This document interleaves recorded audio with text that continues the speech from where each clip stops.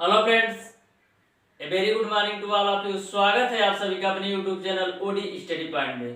तो दोस्तों, आज से हम लोग स्टार्ट करने जा रहे हैं क्लास 10th के साइंस को एनसीईआरटी पैटर्न पर। तो दोस्तों, आज हमारी साइंस की पहली क्लास है।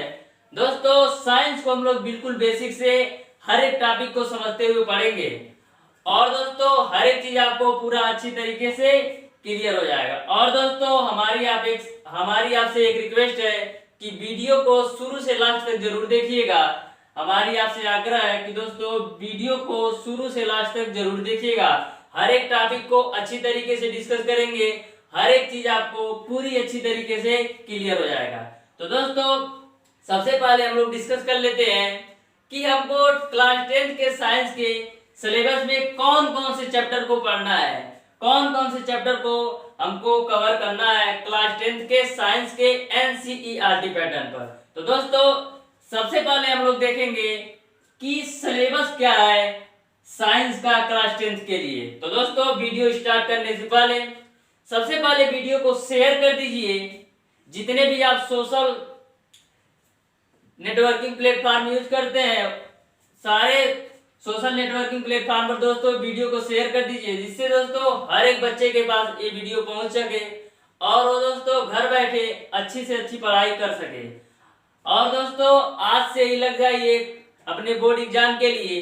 तो दोस्तों, आप अगर दोस्तों आज ही से अच्छी तरीके से तैयारी करते हैं, एटलीस्ट 3 से 4 घंटा आप घर पर देते हैं, तो दोस्तों अच्छी से अच्छी आपका तैयारी हो जाएगी बोर्ड एग्जाम तक। तो दोस्तों आइए स्टार्ट करते हैं। सबसे पहले देखते हैं दोस्तों कि सिलेबस क्या है। पहला चैप्टर आपका है दोस्तों रासायनिक अभिक्रिया एवं उनके प्रकार। दूसरा चैप्टर है दोस्तों अम्ल, क्षार और लवण। तीसरा चैप्टर आपका दोस्तों धातु और अधातु।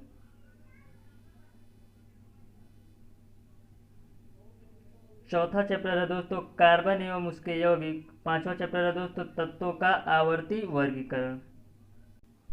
छठवां चैप्टर है दोस्तों जीवन की प्रक्रियाएं। सातवां चैप्टर आपका है जंतु तथा पौधों में नियंत्रण एवं समन्वय। आठवां चैप्टर है पौधे एवं जंतुओं में जनन। नौवां चैप्टर है आनुवांशिकता एवं जैव विकास। 10वां चैप्टर है आपका दोस्तों प्रकाश का परावर्तन तथा अपवर्तन। 11वां चैप्टर है मानव नेत्र तथा रंगों का इंद्रधनुष। 12वां चैप्टर आपका है विद्युत और 13वां चैप्टर है दोस्तों विद्युत धारा के चुंबकीय प्रभाव। 14वां चैप्टर है दोस्तों आपका ऊर्जा के स्रोत। 15वां चैप्टर है हमारा पर्यावरण। 16वां चैप्टर है दोस्तों प्राकृतिक संसाधनों का प्रबंधन। इस तरीके से दोस्तों आपके 5 यूनिट में टोटल 16 चैप्टर कवर किए गए हैं। दोस्तों श्री गणेशाय करते हैं आज पहले चैप्टर से। पहला चैप्टर आपका है दोस्तों रासायनिक अभिक्रियाएं एवं उनके प्रकार, यानी कि chemical reaction and types of chemical reaction. तो दोस्तों पहला चैप्टर आपका है रासायनिक अभिक्रियाएं एवं उनके प्रकार। तो दोस्तों देखते हैं कि पहले चैप्टर का पहला टॉपिक आपका क्या है। तो दोस्तों आपका पहला टॉपिक है रासायनिक अभिक्रियाएं। रासायनिक अभिक्रियाएं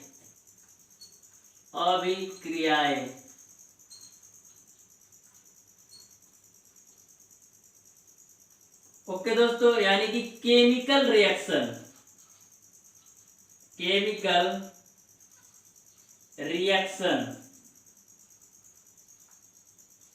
तो दोस्तों सबसे पहले हम लोग समझते हैं कि अभिक्रियाएं क्या होती हैं। अभिक्रियाएं क्या होती हैं? तो दोस्तों वे क्रियाएं जिनमें पदार्थ के गुण, संरचना और संगठन में परिवर्तन आता है उसको हम बोलते हैं अभिक्रियाएं। समझिएगा दोस्तों, वे क्रियाएं जिनमें पदार्थ के गुण, संगठन और संरचना में परिवर्तन आता है उसको हम बोलते हैं अभिक्रियाएं। जैसे दोस्तों आपने चीनी ले लिया और पानी ले लिया, सेपरेट दोस्तों आपने चीनी और पानी ले लिया। जब दोस्तों आप चीनी और पानी को आपस में घोलते हैं तो दोस्तों चीनी आपका पानी में घुल जाता है। तो दोस्तों कहने का सेंस ये है कि पहले आपका चीनी था वो ठोस रूप में था, अब दोस्तों जब अभिक्रिया हो गई तो द्रव रूप में चेंज हो गई, इस तरीके से उसके गुण में चेंज हो गया। और दोस्तों पहले आपका जो चीनी था वो इस शेप में था, यानी संरचना उसकी ऐसी थी, लेकिन जब दोस्तों आपने उसकी अभिक्रिया कराई तो लिक्विड में चेंज हो गया, यानी द्रव में चेंज हो गया। इसको हम बोलते हैं अभिक्रियाएं। तो दोस्तों अभिक्रियाएं वो होती है जिनमें दोस्तों पदार्थ के गुण संरचना और संगठन में परिवर्तन होता है, तो उसको हम बोलते हैं अभिक्रियाएं। तो इतनी सी बात आपको समझ में आ गई होगी कि अभिक्रियाएं क्या होती है। अब दोस्तों हम लोग देखेंगे कि अभिक्रियाएं कितने प्रकार की होती हैं। जो आपकी दोस्तों अभिक्रियाएं होती हैं ये कितने प्रकार की होती है, इसको आइए समझते हैं। अभिक्रियाएं, तो मेरे प्यारे दोस्तों अभिक्रियाएं दो प्रकार की होती हैं। एक होता है नाभिकीय अभिक्रिया और दूसरा आपका होता है रासायनिक अभिक्रिया। अभिक्रियाएं दोस्तों दो प्रकार की होती है। एक होता है नाभिकीय अभिक्रिया, नाभिकीय अभिक्रिया, और दूसरा जो आपका होता है दोस्तों वो होता है रासायनिक अभिक्रिया, रासायनिक अभिक्रिया। तो दोस्तों नाभिकीय अभिक्रिया यानी न्यूक्लियर रिएक्शन, न्यूक्लियर रिएक्शन,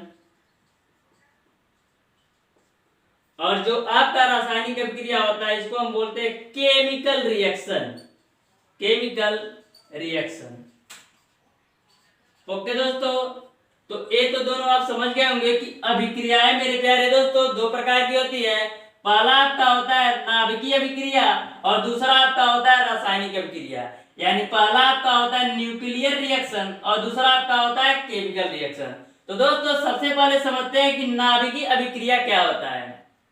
तो मेरे प्यारे दोस्तों नाभिकीय अभिक्रिया में परमाणुओं के नाभिक भाग लेते हैं। तो दोस्तों परमाणुओं के नाभिक भाग लेते हैं, इसका सेंस ये है कि अभिक्रियाओं में परमाणुओं के स्वरूप चेंज होते हैं, परमाणुओं के स्वरूप चेंज होते हैं, यानी कि एक प्रकार का परमाणु का नाभिक दूसरे प्रकार के परमाणु के नाभिक में परिवर्तित हो जाता है। नाभिकीय अभिक्रियाओं में मेरे प्यारे दोस्तों नाभिक भाग लेते हैं, इसका सेंस ये है दोस्तों कि अभिक्रियाओं में परमाणु के स्वरूप चेंज हो जाते हैं। परमाणु के स्वरूप चेंज होने का सेंस ये है दोस्तों कि एक प्रकार के परमाणु का नाभिक दूसरे प्रकार के परमाणु के नाभिक में परिवर्तित हो जाते हैं। ओके दोस्तों, अब आइए समझते हैं दोस्तों रासायनिक अभिक्रिया। तो मेरे प्यारे दोस्तों रासायनिक अभिक्रिया यानी केमिकल रिएक्शन होता क्या है। तो दोस्तों कभी भी केमिकल रिएक्शन कराने के लिए दोस्तों दो कंडीशन आपकी बनती है। पहला कंडीशन मेरे प्यारे दोस्तों ये होता है कि रासायनिक अभिक्रिया कराने के लिए कम से कम दो पदार्थों का होना अति आवश्यक है। रासायनिक अभिक्रिया कराने के लिए दोस्तों कम से कम दो पदार्थों का होना आवश्यक है। दो पदार्थों का होना आवश्यक है। ओके दोस्तों, और दूसरा जो कंडीशन है मेरे प्यारे दोस्तों, जब ये दो पदार्थ आपस में क्रिया कराते हैं तो एक नया उत्पाद बनना चाहिए, तभी दोस्तों आपकी रासायनिक अभिक्रिया कहलाएगी। जब दो पदार्थ दोस्तों आपस में हम लोग क्रिया कराएं तो एक नया उत्पाद बनना चाहिए, तभी हमारी रासायनिक अभिक्रिया कहलाएगी। एक नया उत्पाद बनना आवश्यक है, बनना आवश्यक है। ओके दोस्तों, ये तो मैंने बताया दोस्तों कंडीशन कि रासायनिक अभिक्रिया होने के लिए कंडीशन क्या है। तो पहला कंडीशन कि दो पदार्थों कम से कम दोस्तों दो पदार्थों का होना अति आवश्यक है। दो से अधिक हो जाए लेकिन दो से कम नहीं होना चाहिए। और दोस्तों जब आप इन दोनों पदार्थों या दो से अधिक पदार्थों को आपस में क्रिया कराएं तो एक नया उत्पाद बनना भी आवश्यक है। ओके दोस्तों, साधारण भाषा में बोले तो दोस्तों अगर आपने चीनी ले लिया, पानी ले लिया, चाय ले लिया और आदि ले लिया, इन चारों पदार्थों को दोस्तों आपस में मिलाकर अगर आप गर्म कर देते हैं, हीट कर देते हैं, तो एक नया उत्पाद बनकर आ जाता है चाय। चार पदार्थों को दोस्तों, जैसे आपने चीनी ले लिया, आदि ले लिया और पानी ले लिया और उसके बाद से चाय ले लिया, इन चारों पदार्थों को दोस्तों मिला करके आपने गर्म कर दिया, हीट कर दिया, तो एक नया उत्पाद आपका बनकर आता है चाय।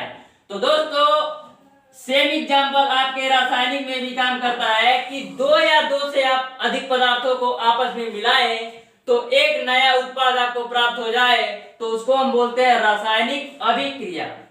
तो दोस्तों आइए हम एग्जांपल से समझते हैं। जैसे दोस्तों मैं एक तत्व ले रहा हूं मैं सोडियम और दूसरा मैं ले रहा हूं क्लोरीन। जब दोस्तों आप सोडियम को क्लोरीन से क्रिया कराएंगे तो एक नया आपका उत्पाद बनकर आएगा सोडियम क्लोराइड। तो दोस्तों सोडियम क्लोराइड का साधारण नाम क्या होता है? नमक।